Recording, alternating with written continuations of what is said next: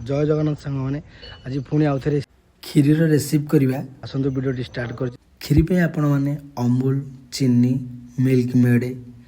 गोटा गुजराती खुआ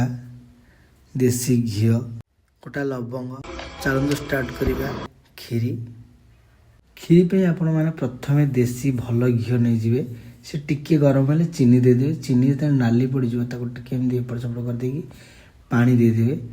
पानी कलर को देखो पानी जो नख उषुम हो अमूल को देदेवे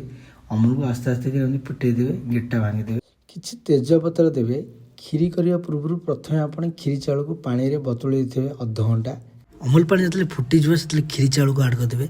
मैक्सीम क्षीर ओह्लिया थो अध घंटा तापर खुआ को देदेवे क्षीर होगा 2 ରୁ 2.5 घंटा लगे क्षीर जो ओह्लिया थो 10 मिनट 15 मिनट आप चीनी की आड करदे टिके लुण देदेवे तापर देदेवे मिल्क मेड देले क्षीर टेस्ट आहरी बढ़ी गुजराती ग्राइंडिंग कर रखिथे ताकू भी टिके अल्प देदेवे तार काजू किशमिश प्रथम आप भाजी रखिथे ताकू आड करदे भल देसी घी अल्प देदेवे तार फाइनल आम रेडी हो गला क्षीर रोची नेक्स्ट वीडियो देखा थैंक यू।